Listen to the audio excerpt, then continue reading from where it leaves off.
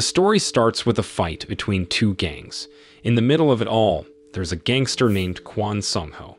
What's surprising is that his wife is there too, among the other gang members. Now let's jump back in time, about 2 years ago in 1994. It turns out Sung-ho's real name is Park Junmo, and he's actually a police officer, and his wife is named Yui Chong. When Junmo goes to visit his wife's family, they make fun of him because he has a lower rank than his wife, who's become an assistant inspector. It gets worse when his father-in-law brings up Junmo's dad, who had problems with drugs. To stop her husband from being embarrassed, she invites him into the room. In that moment, Junmo asks about a necklace his wife always wears. Wee Chong tells him she got it from a church when she was in high school. The scene then changes to Gangnam, where a nightclub is full of rowdy customers. The DJ, Chong Ki-chol, steps in bravely, even changing the music to something calmer.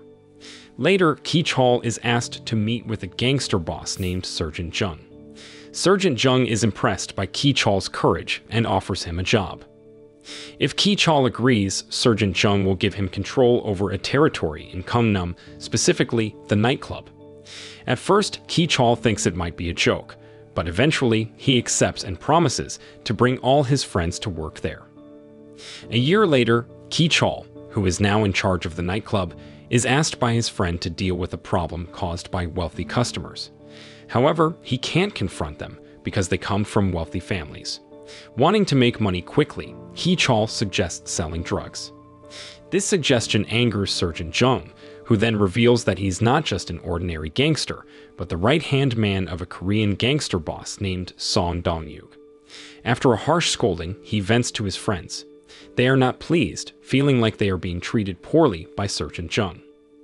Unexpectedly, Ki-chol has a plan to take over the Gangnam territory by getting rid of Sergeant Jung. He also intends to sell drugs to increase their income. That very night, he quickly sells the illegal items to one of the customers and recruits another gangster named Jong Real to join him. The next day, Sergeant Jung was supposed to spend the night at a hotel arranged by Ki-chol. It was around 3 a.m. when Ki-chol and his crew got ready for an attack. When Jong Real showed up, they launched a brutal assault on Sergeant Jung's henchmen. Unfortunately, one of them accidentally triggered an alarm, which made Sergeant Jung aware of the chaos. In response, Sergeant Jung gathered his men to fight back. Even though they had a similar number of people, Ki-chol and his gang had weapons. Feeling trapped, Sergeant Jung tried to hide in a room, but it was no use since there was no way out. At that moment, the three of them successfully cornered Sergeant Jung, who was attempting to escape. With no other option, he eventually gave up. Just as they were about to handcuff him, Tae-ho had his eyes on Sergeant Jung's watch. When Sergeant Jung resisted, he fought back and managed to kill Tae-ho using a pair of scissors. Seeing his friend's death, Ki-chol grabbed a knife and finished Sergeant Jung with his own hands. After that incident, Ki-chol headed to Busan and met up with Song Dong-yuk. Even though Dong-yuk knew that Sergeant Jung had been killed, he didn't really mind, because Ki-chol promised to give him 50 million won every month if Dong-yuk gave him control of 2 territories. Since it was all about the money, Dong-yuk eventually agreed to the offer. Not long after that, Ki-chol bumped into an elderly woman who turned out to be Professor Yoon. At first, Professor Yoon thought he was some kind of prosecutor, but Ki-chol told her he was the one who had sent her a Chinese travel guide. One day, a woman decided to do the unthinkable inside the nightclub. When the police started looking into it, they discovered that the woman involved had tested positive for drugs. It seemed pretty likely that the Korean gang was behind the illegal substance distribution. However, to get solid proof, the police needed to catch them in the act of making a drug deal at the scene. In the end, Captain Cho decided to send a member named Junmo undercover as a gangster. They picked Junmo because he was pretty good at martial arts. Then his boss, Do Young, told Junmo to get inside the gang. If they were dealing drugs, the plan was to catch the Japanese gang at the same time. When Junmo heard this, he didn't like it at all. He didn't want to become a criminal to catch other criminals, especially since it was his first time doing this kind of work. But before he left, Do Young asked him to think about his dad. If they didn't catch these people soon, drugs would spread all over the country. When Junmo got back to the office, Captain Cho came to see him. He tried to talk Junmo into taking the assignment. Captain Cho said that if they pulled this off, Junmo would get a big bonus and a special promotion. Reluctantly, Junmo accepted the case, as he didn't want to remain at a lower rank indefinitely. The next day, Junmo went with Do-yeon to meet Captain Cho. Junmo wanted a promotion by 2 ranks if things went well with this case. He thought he deserved it because he'd worked really hard on it. Captain Cho agreed in the end, as he'd also get a promotion if the case was a success. After that, they started making a plan. Junmo was going to pretend to be Taeho's cousin, who was a close friend of Ki-chol. Lately, there had been this really pure and potent drug called Kung-num crystal, spreading fast in Kung-num. Originally, Sergeant Jung used to run things there, but Ki-chol had taken him down. Ki-chol and his friends had all gone to Yongsam High School together, and with their strong friendship, they were like family. On the other hand, the Kung-num Union had control over all the nightclubs in the area. The police suspected they were up to some shady business, trying to expand their turf. So, Junmo had to take on a new identity as Sung-ho, a former fisherman. He had to keep his real self a secret for the mission's success. To maintain the secrecy, Junmo would take some time off, pretending he was sick. That very night, Junmo went to a restaurant that was now under Kung-num Union's control. He tried to find Ki-chol by asking one of the waitresses, but 2 gangsters came up to him and told him to get lost. Junmo refused and a fight broke out. Even though he was outnumbered, Sung-ho managed to beat them. Shortly after, Ki-chol and his gang showed up. He wanted to know why Sung-ho wanted to meet him. At that moment, Ki-chol was surprised when he saw Sung-ho's wristwatch because it turned out to belong to Taeho. Sung-ho said he was Taeho's cousin, which surprised everyone because Taeho had never mentioned having a cousin. Sung-ho's reason for showing up was to find the person who had killed Taeho. However, Ki-chol explained that he was also trying to track down the same culprit. Since they didn't really have anything to offer each other, Sung-ho decided to leave. But before he went, Ki-chol gave him a business card. The next day, Ki-chol and his henchmen went to Taeho's father's house. They gave him some money and asked about Sung-ho, who claimed to be Taeho's cousin. Taeho's father told them that Sung-ho had just returned after working as a fisherman. When Taeho was a kid, he used to spend his summers with Sung-ho. After sharing all this, Taeho's father told them to go away and never come back. It turns out that before the mission, the police had already talked to Taeho's father and asked for his help. If he didn't cooperate, the mission might fail. At one point, Sung-ho finally made his way to the Kung-num Union headquarters. Initially, they gave him a hard time, but then they told him to have a seat. Ki-chol handed him some money and told him never to come back, thinking Sung-ho was just pretending to be Taeho's cousin. However, Sung-ho gave the money back because his real aim was to avenge his cousin's death. As he was getting ready to leave, they blocked Sung-ho and Ki-chol ordered his men to attack him. Even though he was outnumbered at first, Sung-ho managed to take them down. Seeing this, Ki-chol realized that Sung-ho wasn't there for the cash. When his uncle had given him that watch, he said it meant Sung-ho would always be with Taeho. Sung-ho also made it clear he'd do whatever it took to get revenge for his cousin. The next day, Hee-song went to Dong-yug's place to deliver some money. After that, he headed to a pier to meet Hunt-do, who used to be Sergeant Jung's right-hand man. Hunt-do immediately attacked him, but Hee-song told him that Ki-chol had no clue about this meeting. Hee-song explained how Ki-chol had changed and started treating everyone poorly, even though they'd been friends for 10 years. He felt like a slave despite their long friendship. So he suggested that Hunt-do team up with him to take down Ki-chol. Hunt-do quickly agreed because it was a chance for him to regain the power he should have had. The next day, Hunt-do went to visit Dong-yug in Busan. He asked for permission to take control of the territory that Ki-chol was in charge of. But Dong-yug didn't agree because Ki-chol had been giving them money every month regularly, and his brother in Japan had ordered that no one should mess with Ki-chol. Hunt-do said he'd double the monthly payments if they let him take over. Later on, Hunt-do went to a place where they were going to have a party that night. Hee-sung had a plan to hide weapons near the stage for later use. Around the same time, Sung-ho got a call from Ki-chol and was asked to meet him.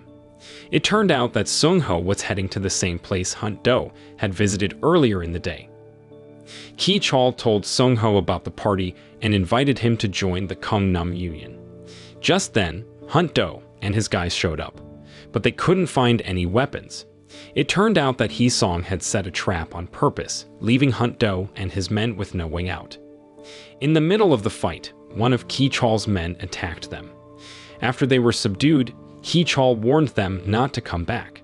However, Hunt-do refused, which led to even more trouble for them. Shortly after that, Ki-chol got in touch with Dong-yu because he had allowed Hunt-do to attack him. Ki-chol also mentioned that he wouldn't be sending any more money. Hearing this, Dong-yu was furious and swore to take down Ki-chol with his own hands. Not long after, Ki-chol with Sung-ho went to the place that was supposed to be turned into a cafe, fulfilling Taeho's dream. Ki-chol wanted Sung-ho to make that dream come true, and he also revealed that he had already avenged the person who killed Taeho. The next day, Sung-ho officially became part of the Gangnam Union. He introduced himself, and Hee-sung slapped him as a way to settle any grudges among the members. He also asked everyone to treat Sung-ho well. After becoming a gangster, Sung-ho was given the job of patrolling 2 territories. Every gang member who worked under Ki-chol managed a shop, and the money they made went into the Gangnam Union's treasury. On the other hand, Wee-chong, who hadn't heard from her husband, got the news that Jun-mo was on sick leave. This worried her, so she immediately asked him to meet her. Finally, Jun-mo revealed that he had been given an undercover mission to catch drug smugglers. While they were talking, Ki-chol suddenly showed up out of nowhere, causing a stir. Wee-chong was also shocked because Ki-chol happened to be her first love. Sung-ho then explained that Wee-chong was a childhood friend, and they were in the same taekwondo club during their school days. Later on, Sung-ho introduced Ki-chol as the boss of the company where he worked. After that, they took Sung-ho to a place where they beat him up. Actually, Sung-ho could have fought back, but since he was now part of the gang, he just stayed quiet and took the beating. They were furious because Sung-ho had met Wee-chong, who happened to be a police officer. Sung-ho explained that Wee-chong had reached out to him first because his father was in trouble due to drug use. So he asked for Wee-chong's help to deal with his father's problem. On their way, Ki-chol intentionally showed the necklace he always wore. When Sung-ho saw it, he immediately remembered that his wife had a very similar necklace. What's more, Ki-chol revealed that Wee-chong was his first love. Hearing this, Sung-ho felt jealous because his wife also had the same necklace, suggesting that she couldn't forget her past. Then there was a flashback to when Ki-chol and Wee-chong were still in high school. Back then, they went to a church where they got the necklace. One day, Ki-chol and his family were taken away by the police, and they never saw each other again. Sung-ho, still feeling jealous, asked about Wee-chong's relationship with Ki-chol. Wee-chong explained that they were close during high school. Wee-chong, who was unhappy about her husband's dangerous mission, scolded Do-young. Do-young had to go through with it because only Jun-mo could carry out this mission. Then Wee-chong explained that she knew Ki-chol, and involving her husband could put him in danger. If she wanted her husband to return safely and quickly, Captain Cho asked Wee-chong to help them with this operation. Meanwhile, on the other side, a detective approached Ki-chol. He provided information about Wee-chong and Jun-mo. Afterward, Ki-chol called Sung-ho and asked if he knew Park Jun-mo. When Sung-ho heard this, he got ready to defend himself in case his true identity was revealed. Luckily, the police had already given him a new identity, so for now, Sung-ho remained safe. Shortly after that, they started planning an attack on Ki-chol. That same night, some police officers disguised themselves as gangsters and attacked their hideout. In that moment, Ki-chol looked scared because his men weren't around. Sung-ho took advantage of the situation and acted like he was attacking the police officers.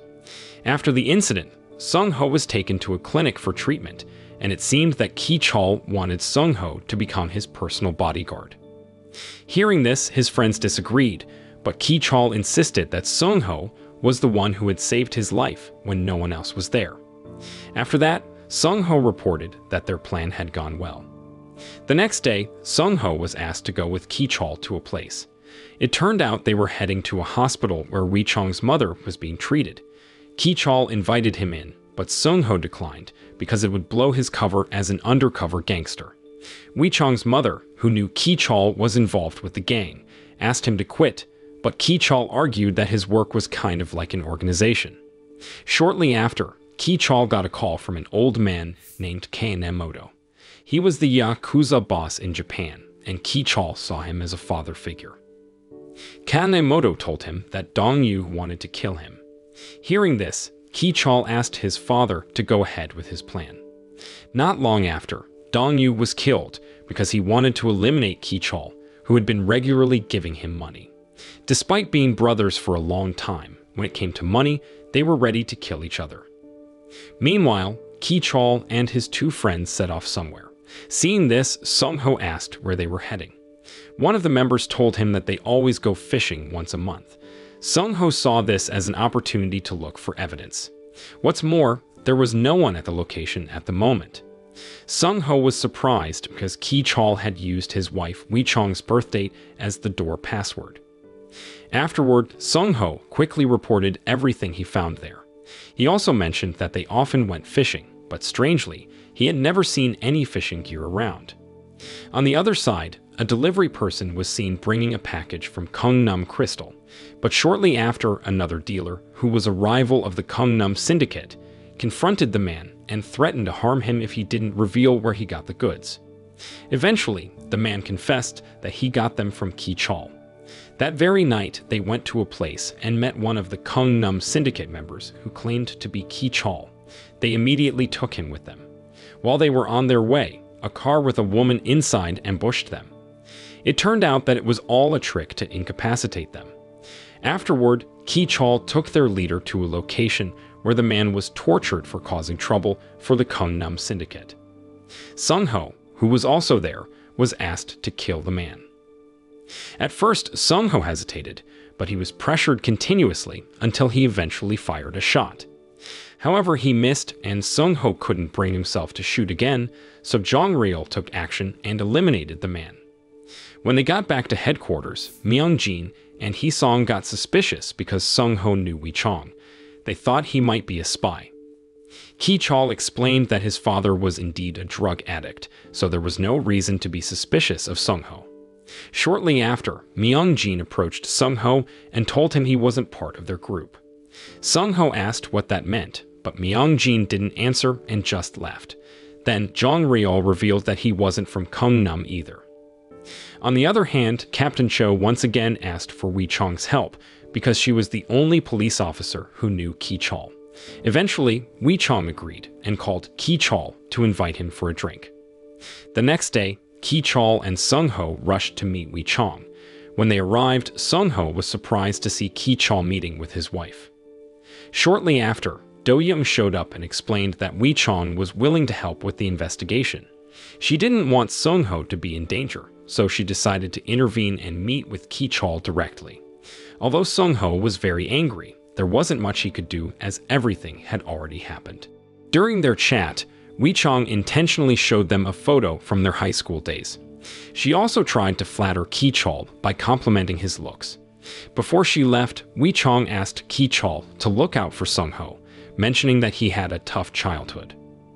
On their way, Ki-chol asked if Wee-chong's husband had ever visited his mother in the hospital.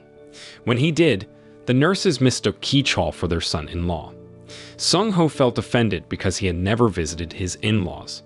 Surprisingly, Wee-chong revealed that she was already divorced. She did it so that she could visit Ki-chol more often. Back at their headquarters, Ki-chol asked Sung-ho not to tell anyone else that he had met Wee-chong. Ki-chol also said he would be meeting Wee-chong regularly from now on. Sung-ho was furious, but once again, he couldn't do anything about it. The next morning, Sung-ho was told to get ready because they were going to Wee-chong's mother's funeral. When they got to the funeral home, Sung-ho made an excuse to join them later. Ki-chol thought it would be better to go alone to comfort Wee-chong. As Ki-chol paid his respects, Wee-chong immediately cried when she saw him. Sung-ho also felt sad because he couldn't pay his respects to his mother-in-law. Wee-chong then introduced Ki-chol to her father as their old high school friend. She then asked how Ki-chol knew about her mother's death, and he said he had a police contact. While they were talking, Sung-ho's nephew suddenly arrived and called him uncle. Luckily, Do-young, who was there, quickly took the child so that Sung-ho's disguise wasn't revealed. That's when Ki-chol realized that Do-young was Wee-chong's husband. Later, Ki-chol tried to get involved in their family matters. He said that Junmo didn't care about his in-laws and had no right to mourn. Wee-chong stepped in and stopped the argument. As they were getting ready to leave, Sung-ho suddenly said he needed to use the restroom, but in truth, he wanted to say his final goodbye to his mother-in-law. However, Do-young and Captain Cho stopped him, fearing it would ruin their mission. With a heavy heart, Sung-ho paid his last respects in his thoughts, remembering the times he had spent with his mother-in-law. That night, Ki-chol asked Sung-ho about his own mother. Sung-ho had heard his mother was happy, even though she never looked for him. He didn't hold any grudges against her. Ki-chol also opened up about his mother, revealing she had killed his father because he had been abusive. Ki-chol didn't harbor any resentment, as his father had deserved what happened. Initially, Sung-ho had joined Ki-chol solely for revenge for Tae-ho's death, but now he also wanted to become wealthy like Ki-chol. Ki-chol agreed to help him achieve that goal, but on the condition that Sung-ho would assist him in getting closer to Wee-chong. Though Sung-ho was angry, he had no choice but to accept the terms. Sung-ho asked Ki-chol to take him fishing because he had missed the sea for a long time. Later, Sung-ho got in touch with his wife to say sorry. He felt really bad for his foolishness, and though he knew an apology couldn't make up for everything, it was the best he could do. The day after, Kung-gun, who had survived the previous day when Dong-yu was killed, was seen taking money from a safe. He then met another gangster boss named Jae-gon and gave him the money. Kung-gun wanted Jae-gon to help him get revenge on Ki-chol. Meanwhile, Hee-sung couldn't go fishing because his wife was about to give birth. He had to rush to the hospital. Since they were short of one person, Ki-chol wanted to bring Sung-ho along. Myung-jin disagreed because Sung-ho was new to their gang, but Ki-chol insisted that Sung-ho should come with them. So, on that day, Sung-ho and Ki-chol set off in the same car. As Myung-jin followed them during the journey, he told them that his car tire suddenly went flat. He had to wait for a mechanic to fix it, but then they were suddenly confronted by a group of gangsters who turned out to be Kung-gun and Jae-gon's henchmen. They had no way to escape, so Ki-chol and Sung-ho ended up fighting with the gangsters. Seeing that Ki-chol was in danger, Sung-ho had no choice but to use a weapon and defend themselves. Not far away, Jong Ryol watched silently, having been invited by Jae-gon to betray Ki-chol. Ki-chol began to suspect that his friends had given him unreasonable excuses, as if they were setting him up. Just as he was about to use his weapon, Sung-ho got hurt from an attack from behind. Fortunately, Jong Ryol came to help because he wasn't a traitor. After they managed to handle the situation, Sung-ho was rushed to the hospital for surgery. His condition was very serious, but he somehow pulled through and survived. Meanwhile, Ki-chol received a call from his business partner in China, reminding him about their pending order. Ki-chol then told Jong Ryol to find the person who had betrayed him because Jong Ryol was the only one he still trusted. On that same day, Jong Ryol visited a workshop and found out that Myung-jin had indeed suffered a flat tire, and Hee-sung was genuinely at the hospital as his wife was giving birth. In short, Sung-ho finally understood what had put Ki-chol at ease, and because of this incident, he started to trust Sung-ho more. On the other hand, Wee-chong was really mad because her husband's safety had been put at risk, but she had no other option but to assist them so her husband could return safely. Meanwhile, Kanemoto was seething with anger because Ki-chol hadn't delivered the goods he'd already paid for. On the other hand, Jong Ryol came to report that he still hadn't found the traitor. Upon hearing this, Ki-chol told Jong Ryol to gather all the members to search for the betrayer. Before long, Sung-ho arrived at the headquarters in an ambulance. Meanwhile, Ki-chol got in touch with Kanemoto and told him what had happened, promising to sort out the mess. Kanemoto, who had a hunch they were being watched, ordered his men to catch the person spying on them. During the ambulance journey, the driver asked for permission to use the restroom, and so did his friend who needed to go as well. Shortly after that, Do-young met with Sung-ho. Sung-ho shared the recent events with Do-young and told him about Ki-cheol's plans. Before parting ways, Sung-ho asked Do-young to make sure to secure the person suspected of being a traitor to prevent any harm from coming to them. That night, Ki-cheol received another call from their Chinese contacts, instructing him to meet them in 2 days. When all the gang members gathered, Ki-cheol requested that they show respect to Sung-ho, particularly because he was older than everyone else. Realizing one of his subordinates was missing, Ki-cheol finally identified the traitor. He ordered Jong Reol to capture Kyung-jin, who was attempting to escape. Kyung-jin was brought to the headquarters and subjected to a harsh beating. Then, Ki-cheol told Jong Reol to finish him off. Sung-ho, not wanting any casualties, pretended to be angry, and Kyung-jin was spared. Afterward, Ki-cheol invited Sung-ho and Jong Reol to join him for a discussion about the arrival of the Chinese gang. On another note, Captain Cho had apparently found out that Professor Yoon was still involved in the drug network. He teamed up with the Chinese police to arrest Professor Yoon and her associates. Around that time, Wee Chong invited Ki-cheol to meet with her. Ki-cheol didn't hesitate to accept the invitation, even though it meant canceling his meeting with the Chinese gang. He then told his 2 friends to meet with the Chinese gang instead. Hearing this, Jong Reol and Sung-ho expressed their concerns, urging Ki-cheol not to trust the Chinese gang completely. Since Kyung-jin couldn't have known the route they took the previous night, it indicated there might still be a traitor, possibly one of them. As a result, Ki-cheol sent Sung-ho to meet the Chinese gang, while Jong Reol was tasked with making sure their 2 friends were loyal. Later, Jong Reol went to the hospital and disguised himself as a police officer. He questioned Kung Gan about how he knew the route Ki-cheol took that night. Kung Gan could only nod, admitting that he had followed Ki-cheol without instructions from anyone else. After confirming this, Jong Reol eliminated him. Not long after, Jong Reol informed Ki-cheol that their 2 friends were not betrayers. Ki-cheol felt relieved upon hearing this, as he had come to see them as brothers. Meanwhile, Sung-ho secretly met with his wife. After apologizing, he explained that Ki-cheol was beginning to trust him. However, Wee Chong didn't want to talk about that right now. She just wanted to focus on their relationship. The next day, Sung-ho picked up Miss Lee Hae-ran and her gang from China, along with her henchmen. At the same time, Wee Chong and Ki-cheol were at a church where they used to go on dates. Miss Hae-ran was in disguise, wearing a wig and using a fake passport. After Sung-ho took her to the hotel, she met with Do-young. Sung-ho was visibly upset, knowing that his wife was with Ki-cheol. However, Do-young explained that it was Wee Chong's choice. Sung-ho then returned to the hotel, but accidentally dropped a suitcase that belonged to Kan Emoto's henchmen. On the other hand, Ki-cheol invited Wee Chong to have a meal with him. During their meeting, he gave her a picture. Afterward, he headed to the hotel to meet with the Chinese gang. Ki-cheol then offered money as an apology for the trouble they had caused.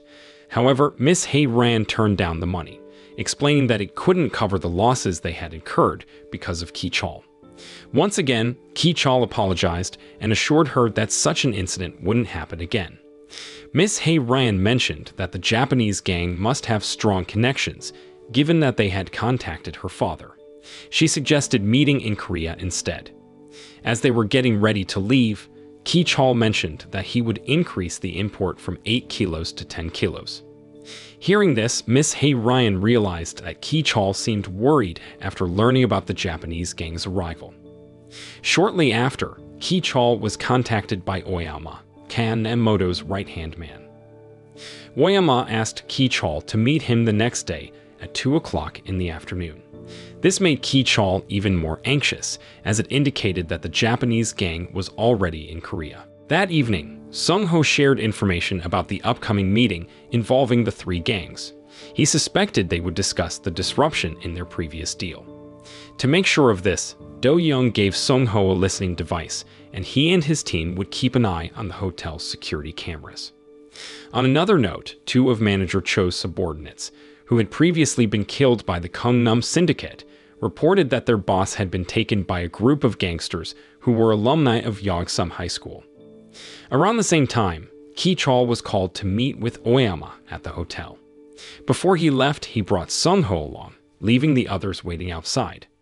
This made Myung-jin feel envious because Ki-chol hadn't taken him along ever since Sung-ho joined the group. As they were getting ready to leave, Detective Wong stopped them and started asking about a drug dealer named Yankees. Ki-chol pretended not to know anything, but Detective Wong was pretty sure that the Gangnam Syndicate was involved in drug trafficking and Manager Cho's murder. While they were on their way to the hotel, Detective Wong seemed to be tailing them.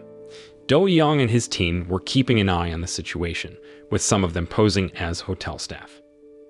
Shortly after that, Ki-chol and Sung-ho arrived at the hotel.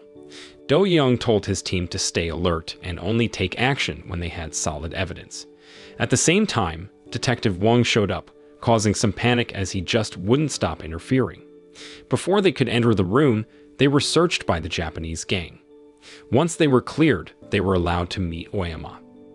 Here, Sung-ho got a bit nervous because he was worried that the Japanese gang might find the listening device on him. Do-young, being aware of this, had his team trigger the fire alarm.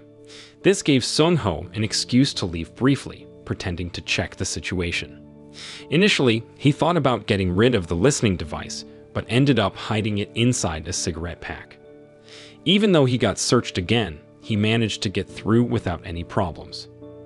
Afterward, they were invited into the room. To keep their conversation private, Oyama turned up the music really loud, which annoyed Sung-ho because he couldn't listen in on them. Oyama then asked about Professor Yoon. While she was in China, the Chinese gang treated her well, so there was no need to worry. Ki-chol explained that he would give back the money the Japanese gang had already paid and send the products again. The Japanese gang would only pay the money once they got the products. Ki-chol did this to rebuild trust between them.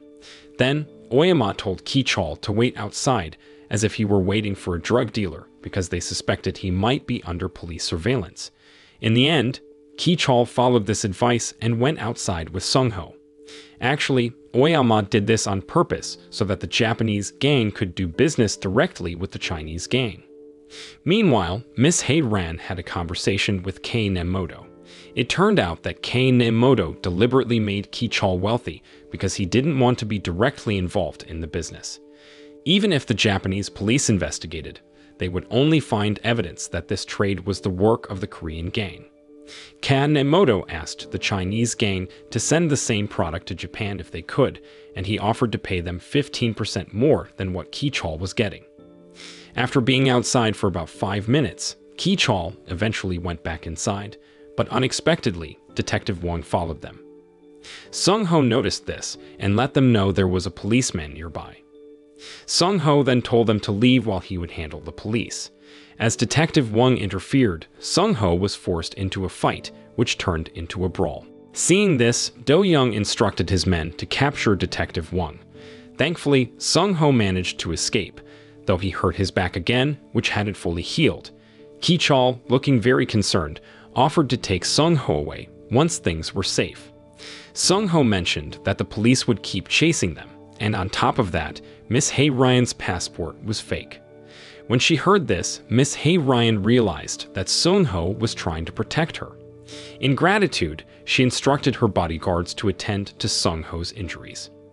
Later, Miss Hei-ran mentioned that the Japanese gang suggested using another Korean gang as an intermediary because they no longer trusted Ki-chol.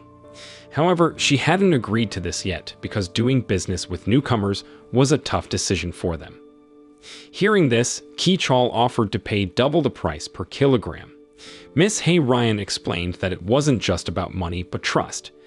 Then she asked Sung-ho why he was willing to risk his life to protect Ki-chol. Sung-ho simply said he trusted his boss because he had been living in Korea for a while. Miss Hei-ran planned to visit a few places and asked Sung-ho to be her tour guide. Shortly after, Oyama contacted them and said that Kanemoto would temporarily stop the trade because the police were involved, and he was furious because Kichol was the reason the police got involved. Kanemoto would resume the trade once it was safe. This disappointed Kichol and the police because they couldn't catch the three gangs without evidence. At the same time, Detective Wang went to the Gangnam Union to find Kichol. Since Kichol wasn't there, he resorted to violence and even wrecked their headquarters. His subordinates reported this incident immediately. Unexpectedly, Sung-ho decided to turn himself in because someone needed to resolve the issue. Kichol disagreed because he didn't want Sung-ho to go to jail. Sung-ho promised to handle it in a way that wouldn't harm the Gangnam Union. In return, he asked Kichol to consider doing business with the Chinese and Japanese gangs. After surrendering, Sung-ho was questioned about Kichol's meeting. Detective Wang realized that they had a transaction at the hotel earlier. Sung-ho claimed they were only making an investment in the Gangnam Union, but Detective Wang didn't trust it. It seemed unlikely they would invest in gangsters. Since Sung-ho refused to talk, Detective Wang resorted to violence. Detective Wang appeared more like a gangster than a police officer. He always used violence during interrogations, but Sung-ho didn't resist because he had a plan. Later, Detective Wang once again asked about the hotel meeting. But just as Sung-ho was about to get beaten again, Captain Cho showed up out of nowhere. The police chief apologized for Detective Wang's actions, saying that he could have been fired for using too much force, and Sung-ho could have pressed charges against him. Thanks to Captain Cho, Sung-ho was let go without any charges, and Jong Ryul was waiting outside to pick him up. During the car ride, Sung-ho explained that the police had asked him to sign something to ensure he wouldn't report Detective Wang's violence. Then, Jong Ryul asked about Kichol's meeting with the Chinese gang. Sung-ho explained that they had talked about drug trafficking and suggested that they make room for Jong Ryul if he wanted to join because he deserved it. When they got back to headquarters, Myung-jin became suspicious because Sung-ho had been released so easily. He even wondered if Wee Chong might have helped Sung-ho, and it was odd how Captain Cho suddenly appeared when Sung-ho surrendered. Kichol, not wanting to discuss the matter further, asked them to check the financial records. After that, Kichol asked Sung-ho to talk to the Chinese gang because it seemed like Miss Hae Ryan was interested in him. Kichol was furious because the Chinese and Japanese gangs had disrespected him, even though he had made a lot of money for them. Sensing an opportunity, Jong Ryul finally tried to gain entry by saying he wanted to visit them. Shortly after, Sung-ho gave another report. Captain Cho asked him to convince the Chinese gang to trust the Gangnam Union again. If successful, the police could catch them during a transaction with evidence. In the end, Sung-ho agreed to meet Miss Hae Ran to persuade her to resume trading. But before that, he asked to have Myung-jin removed because he was starting to suspect Sung-ho. The next day, Sung-ho contacted Miss Hae Ran and invited her to meet. Before they left, her bodyguard thoroughly searched the car. Once it was deemed safe, Sung-ho was allowed to take Miss Hae Ran with him. They went to a place Miss Hae Ran had wanted to visit. Later, they had a meal at a restaurant where Miss Hae Ran asked Sung-ho why he was so loyal to Kichol. Sung-ho explained that he greatly admired him and wanted to be successful like Kichol. Then Miss Hae Ran called her bodyguard, who had been waiting outside the whole time. She showed them a product she had bought the previous day and placed it in a glass. If it sank, it wasn't good, but if it bubbled, it meant the product was excellent. Miss Hae Ran then explained that Kichol had secretly sold the product in Korea, even though it was meant for Japan. This breach of trust made it hard for the Chinese gang to do business with him. Sung-ho, wanting to keep the trade going, asked Miss Hae Ran to trust him. He promised to send the product to Japan and be fully involved in the work. He had no plans to betray Kichol. He would be honest and official in his dealings, and as long as he gave Kichol his share of the money, Kichol had no reason to refuse. If Miss Hae Ran accepted this arrangement, she could spend more time with Sung-ho. Later, Sung-ho reported that Kichol had cheated, making him untrustworthy. He also asked Do-yoon to set up Myung-jin by involving him in drug trafficking at the Rock Cafe. That same night, Myung-jin was arrested and taken to the police station. Since he refused to admit guilt, the police decided to give him some time to think it over. Meanwhile, the police went to the rock cafe and successfully arrested one of the drug dealers and an artist who was a drug addict. During questioning, the police intentionally misled Myung-jin, making him believe he had been reported to the police. As a result, he was released as a mere witness. Upon returning to the headquarters, Ki-chol asked Myung-jin about what he had revealed to the police. Myung-jin insisted that he hadn't said anything. Then, the angry drug addict showed up, accusing Myung-jin of reporting to the police, which had led to his own arrest. Upon hearing this, Ki-chol ordered everyone to leave except Myung-jin. He pressed Myung-jin to tell the truth, but Myung-jin stood his ground, claiming he hadn't informed the police. Then, Ki-chol presented financial records that showed Myung-jin had been involved in corrupt activities. Furthermore, Myung-jin had sold the product without Ki-chol's knowledge. Myung-jin explained that he had hoarded the product as a precaution because he feared the addicts would abandon him if Ki-chol ran out. Ki-chol asked Myung-jin to return the product he had taken, but Myung-jin brought up Sung-ho, who had caused Ki-chol to change his ways. Even though they had been friends for decades, Ki-chol couldn't forgive betrayal. He decided to cut ties with Myung-jin and asked him to disappear for good. With one person successfully removed, Jong Ryol instructed Sung-ho to come in while he took care of Myung-jin. Later, Sung-ho asked Ki-chol to consider resuming business with the Chinese gang. However, in the midst of their conversation, Miss Hae-ran suddenly called and invited Sung-ho to meet her. Sung-ho explained that he had a plan to restart their trade, and he was willing to do whatever it took to regain the Chinese gang's trust. Meanwhile, Jong Ryol confronted Myung-jin in the elevator. He realized that Jong Ryol was pleased when he was expelled from the Kungnam Union. Although initially overwhelmed, Jong Ryol managed to overpower him. The next day, Ki-chol invited Wee-chong to come with him to church. What he didn't tell her was that his mom was there too, praying for Wee-chong's mom. After they all prayed together, someone brought up how Wee-chong hasn't changed since they were kids. Ki-chol suddenly realized that Sung-ho, who he thought went to the same school as Wee-chong, never did. So, Ki-chol asked Detective Chun to double-check Sung-ho's background. Meanwhile, Captain Cho found out that Detective Chun had been visited the police station, trying to dig up information on Sung-ho, who happens to be Wee-chong's man. However, the police refused to disclose any information. Detective Chun decided to take his investigation to the Retired Police Association, and there he managed to get the information he was after. But just as Detective Chun was about to call Ki-chol, Sung-ho showed up out of the blue and demanded the documents right away.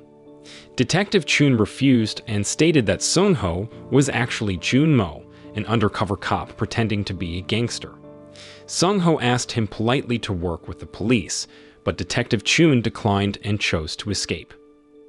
As he tried to jump to the building next door, he tripped and fell because his foot got tangled in a cable. Sung-ho quickly came down and grabbed the documents. Meanwhile, Ki-chol was trying to get in touch with Detective Chun because he hadn't reported in. But Sung-ho acted fast and turned off his phone. Meanwhile, Wee-chong, who was with Ki-chol, then made an excuse and left. For the moment, Sung-ho was still safe, but he knew he had to be more careful from now on. Moral lesson from the story: sometimes taking a bathroom break at just the right time can be really helpful. It might help you avoid detectives and make you feel better in more than one way.